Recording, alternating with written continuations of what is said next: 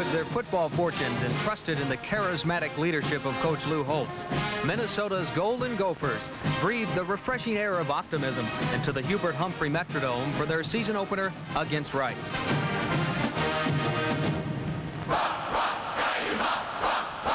A new, exciting offense gave Minnesota its first touchdown when junior tailback Valdez Baylor swept untouched into the end zone.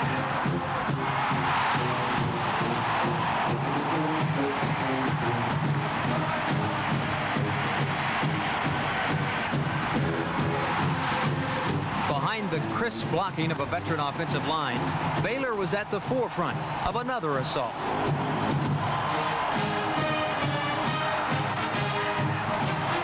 Brett Sadek found Kevin Starks alone in the end zone, and the Gophers were in front 14-0.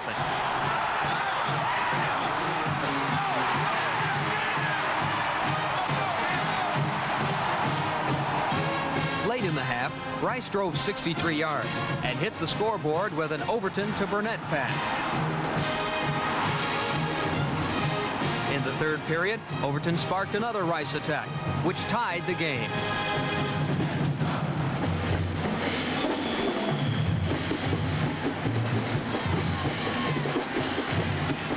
The Owls parlayed an interception into their third touchdown, as Overton teamed with Mel Robertson on a 34-yard strike. Now the question arose, could Minnesota come back? Enter Ricky Foggy, a freshman quarterback with the fastest feet to hit Minnesota in a millennium. Foggy flew by the Owls for 36 yards. Okay, here. Okay, here's what I want. I want right 10. Let's go. All right, let's go. Coach Holtz, let's go to this play. Foggy's flair for the spectacular surfaced quickly when his deflected pass found its way into the eager arms of Dwayne McMullen to deadlock the game.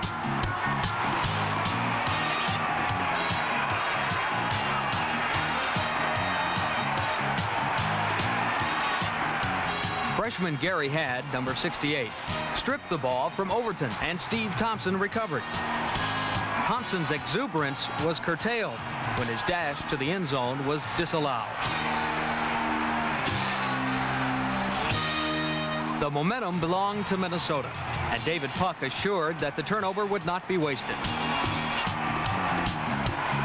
An embarrassing 10-game losing streak was history when Puck tallied the winning touchdown. The seeds of victory had been sown. The Gophers supplanted the acrid odor of defeat with the sweet scent of success. Their delirium provided an ideal forum for the triumphant debut of Lou Holtz. Okay, now, I've already got my speech prepared. All right, think I kid you? Talk to squad post-game. First thing I say, great game, proud of you. We're undefeated. You can see it right there. That is the best Rice football team I've seen in 8 years, and I kid you not. And we beat them, and we deserve to. There wasn't a thing fluky about it. I don't know what greater lesson. The pass got to be behind you. We're ahead. 14-0. They scored just before the half. We come back and down there, don't get on the board. They go in and score 14-0. We come back. We lose Sadie. We have a turnover. It's 21-14. But did we quit? No. Boy, that's the thing you do is you come closer together. I mean it, man. And I could see it there for a while. There was some doubt in your mind. Boy, you hang in there and you pick one another up. Golly, if you didn't learn something today, I don't know how. We win as a team. In keeping with Mother Nature, ground was plowed for the seeds of victory in the spring of the year, when the Gopher intra-squad game made college football history. It was truly a family affair, an uplifting experience for the entire community, a moment for memorabilia, all the result of the evangelistic zeal and supercharged salesmanship of Lou Holtz. Holtz got an overview from the radio booth and watched his creative assistants take center stage. A record 45,000 tickets were sold for this mini Civil War, which saw the squad divided into teams representing the Twin Cities of Minneapolis and St. Paul.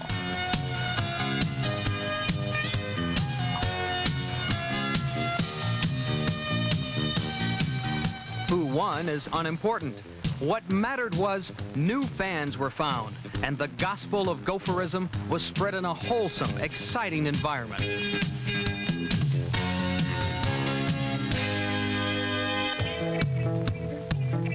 The Big Ten plays big-time football. As part of this milieu, Minnesota enjoys a storied tradition, and the limelight appears ready to refocus on the Golden Gophers. Pointing the way to the rejuvenation of Minnesota football was freshman quarterback Ricky Foggy, who came to Gold Country from Lawrence, South Carolina.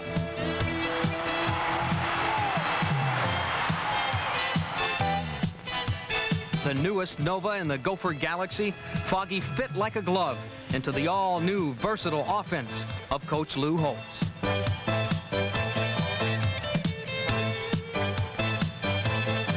Against defense-minded Nebraska, Foggy fired a 63-yard scoring salvo to Valdez Baylor.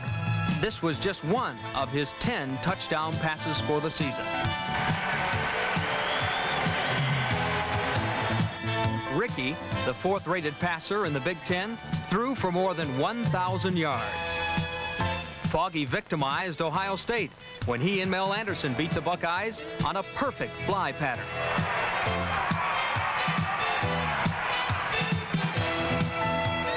Foggy was Minnesota's total offense leader, but much of the credit for this touchdown pass was shared with split-end Dwayne McMullen.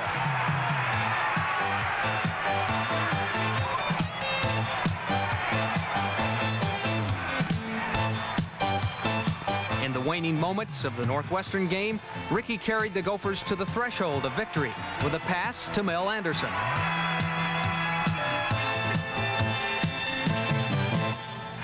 Okay, go in for start. L, 61 base. The winning touchdown was only 3 yards away when suddenly the seeds of victory suffered a setback.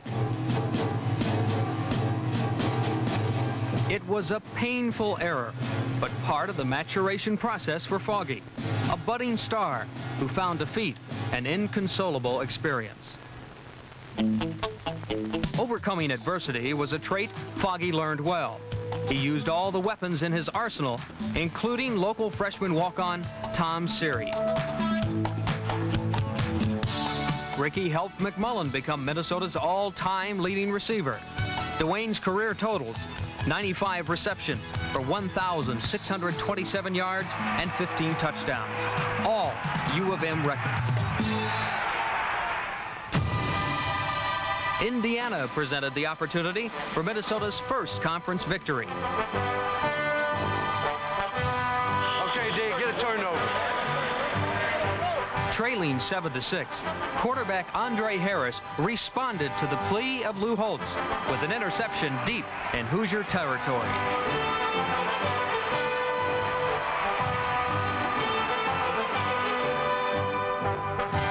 Tony Hunter negotiated the final yards, and Minnesota led at the half.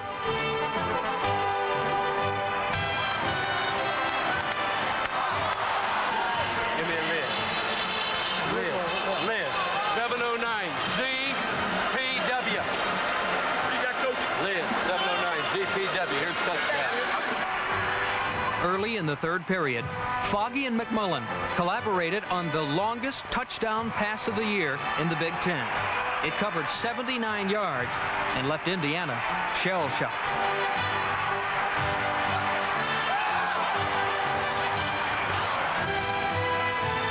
Before the Hoosiers could regroup, Tony Hunter sent them reeling into the ropes with another touchdown.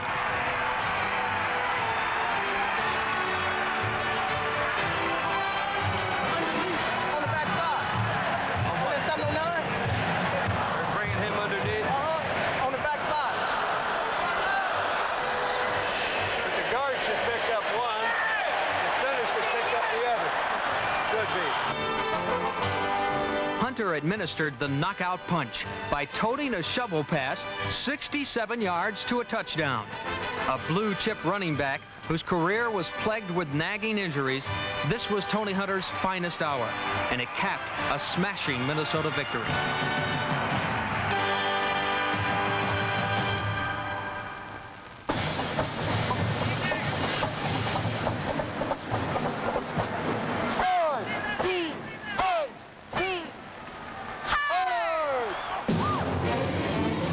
the surprise of many, Minnesota's ground game was the second best in the Big Ten.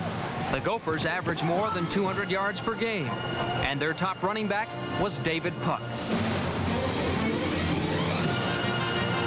A junior fullback and a pre-med major, Puck was a punishing, determined runner.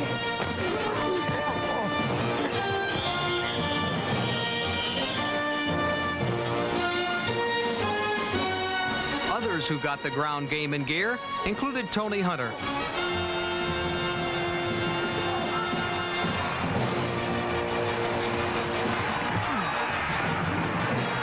number 31, sophomore fullback Kevin Wilson.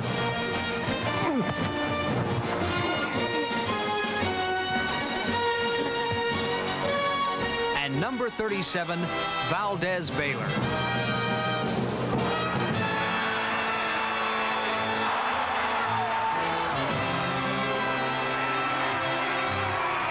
While Foggy led the team in rushing, another freshman, Gary Couch, had the best average gain of 9.5 yards per carry. They pooled their talents for a 56-yard touchdown against Michigan. All right, man, let's go. Let's go, guys. Let's go get it now. If the season had a turning point, it came against Ohio State. Trailing 21-0 late in the first half, the Gophers refused to quit. Mel Anderson fueled the fires of enthusiasm with a 61-yard return. Anderson set Minnesota season records by returning 27 kickoffs for 603 yards. Crushing blocks by Mark Vandehar and Ray Hitchcock cleared a 20-yard path for Tony Hunter.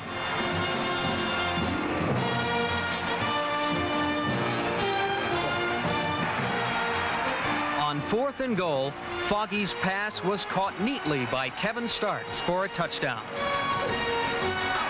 From this point on, the Gophers outplayed the Bucks as the seeds of victory commenced to germinate. Control Data Corporation is pleased to present this documentary of Minnesota students in their pursuit of academic excellence. Excellence in education is a commitment Control Data shares with Minnesota. For 2 decades, Control Data has been working to provide higher quality, more accessible education at a lower cost through the application of advanced computer-based technology. Today, Plato computer-based education delivers quality instruction at all levels, from basic math and reading to the specialized needs of the business and academic communities. Homecoming for the Wisconsin Badgers was transformed into a foggy day in Madison. You gotta cross your face. Can't let him push out. You gotta cross people's face. Let's go. Let's go. Wisconsin was a 3-touchdown favorite, but Foggy, operating the offense with flawless precision, blew through the Badgers on a 35-yard run, which tied the game. The Madtown mob, always a boisterous bunch, whooped it up when Mike Jones made a remarkable reception that placed Minnesota in arrears at halftime. A third-period pass boomeranged on the Badgers when Peter Nigerian intercepted. Hey, we want to take this sucker. We want to pound it down. Got me? Personally, I like your Liz 58.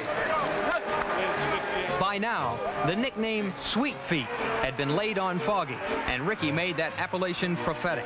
This 43-yard scamper put a damper on Wisconsin's homecoming frivolity and tied the game again.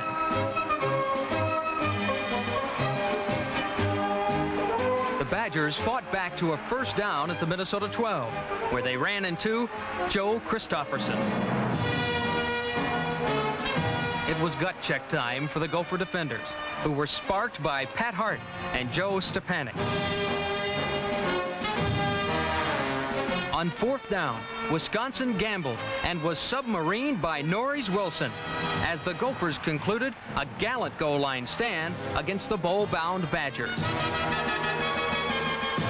The seeds of victory, fertilized by the defense, sprouted in the 4th quarter when Gary Hadd recovered a fumbled punt. Freshman walk-on Chip Lowmiller gave the Gophers the lead with a 26-yard field goal. Thanks to a strong kicking game, an upset was taking form. With the possibility of victory clearly visible, the defense secured the game. Number 46, Doug Muir, the Big Ten's Defensive Player of the Week, led a search and destroy mission against Mike Howard.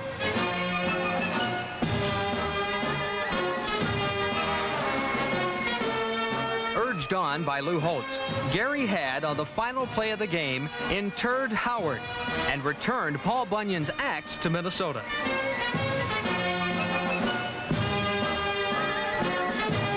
The Gopher victory, witnessed by millions on TV, restored credibility to the Minnesota program.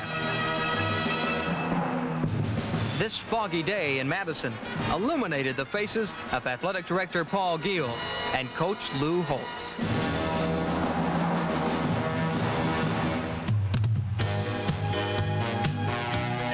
Among the defenders, tremendous progress was made.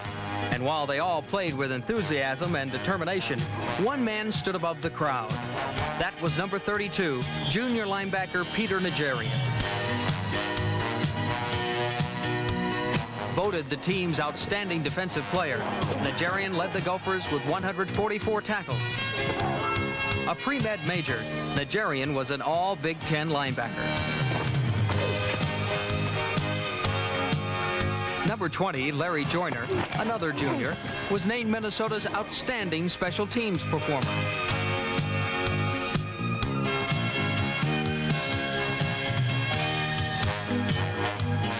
Ohio State's Keith Byers, number 41, was runner-up for the Heisman Trophy. He set 3 Big Ten rushing records as he led the Buckeyes to the Rose Bowl. The gang-tackling Gophers held Byers to a subpar performance as he became entangled among the sprouting seeds of victory.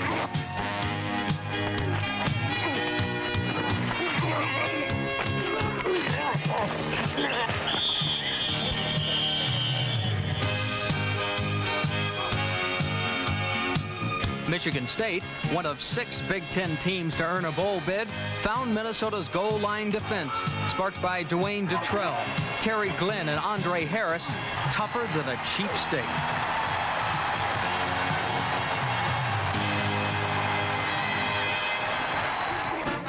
In the coterie of collegiate coaches, Lou Holtz is among the elite. He is a high-profile, quotable, energetic exponent of positive thinking. His fervor and zeal impacted upon the Twin Cities like a tornado. But beneath this unassuming, scholarly countenance burns the fire of a fierce competitor. Runner-up for Big Ten Coach of the Year honors, Holtz left many impressions. Why can't we get a quicker setting of the ball and to mark it on the first down? It takes you 25 seconds to mark a first down. Coach, they're throwing the ball from 30 yards away, okay? Hey, that guy will not come back in the game, right? Any injured ball player has to go off to a play, and then he can come back into the ball. That's ridiculous. Don't let him take advantage of the rule. Hey, that sucker's all right. Hey, all they wanted was time. Hey, Mr. Armistead! I want that sucker caught on both sides of the field. The side judge says 82 was in the area of the pass. He came off the bench, sir. Oh, no, sir. Yeah, you check it. Hey, see where 82 is now? He came off the bench. Hey, sir, 82 wasn't even in the game. I think Lou Holtz is a magician. A genius. Our savior. Inspiring. Fantastic. The best thing that ever happened to Minnesota. The coach of the year. Picture perfect. Creative. A winner. A blessing to Minnesota. A motivator. Terrific. Incredible. An extremely formidable adversary. Going to take the Gophers all the way to the Rose Bowl. The season finale against arch-rival Iowa would have to serve as Minnesota's bowl game. This was the final game for seniors John Kelly, a high achiever in the classroom and on the field. For Dwayne McMullen, an unselfish, dedicated receiver. And for Captain Mark Vonderhaar, the Gophers' outstanding offensive player. A year ago, Iowa overwhelmed Minnesota. The memory of that humiliation was embedded in the psyche of the Gophers. The experts rated Iowa a 19-point favorite, and their sagacity appeared justified when Owen Gill gave the Hawkeyes the lead.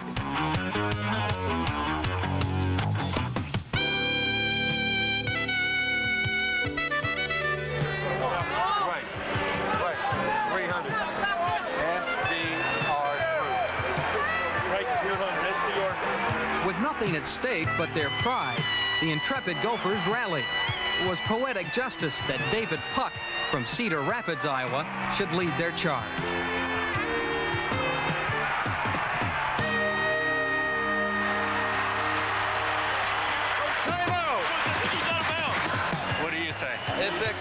Hey, that's the thing I always go with. Give me an R384 SXP.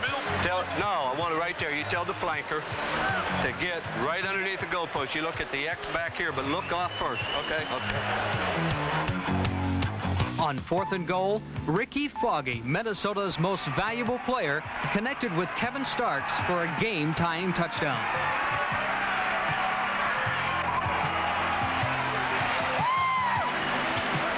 Early in the third period, Adam Kelly, the best punter in Minnesota history, boomed the ball 83 yards, a Gopher record, and the longest punt of the Big Ten season.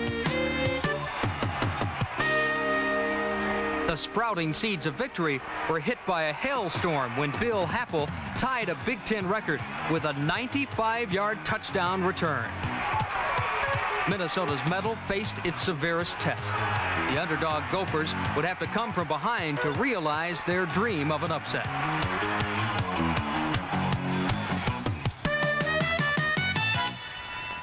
In this game, Gopher free safety Andre Harris, number 42, was named Midwest Defensive Player of the Week. His tackling was intimidating. He knocked down 6 passes, and he intercepted another.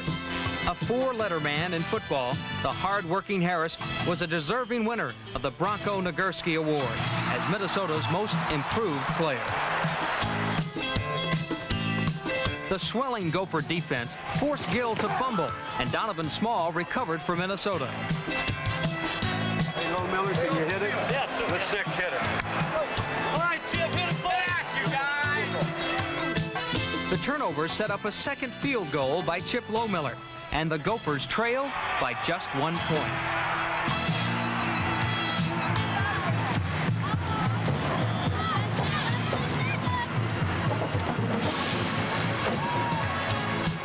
Suddenly, the Hawkeyes found themselves clutched firmly in the jaws of a tenacious Minnesota defense.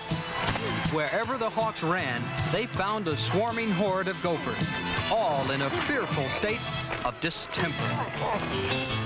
His running game stymied, Coach Hayden Fry looked to Plan B. But this, too, was denied. The Gophers stormed in to sack Chuck Long 4 times, raising the decibel count in the sold-out Metrodome to an all-time high. You may have to go again and stop him. You got me? Can you stop it? Hey, do you want to win? Do you want to win or don't you? One more time. Go. When Iowa fumbled a 4th period punt, victory was within reach for Minnesota.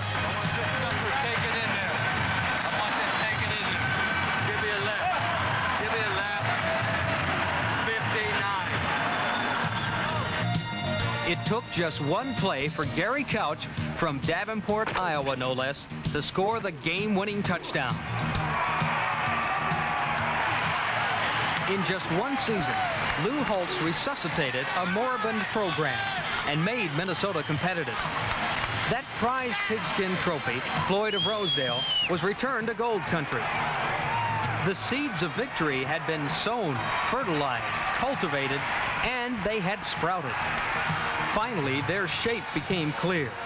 Just waiting to bloom, the seeds of victory were American Beauty Roses.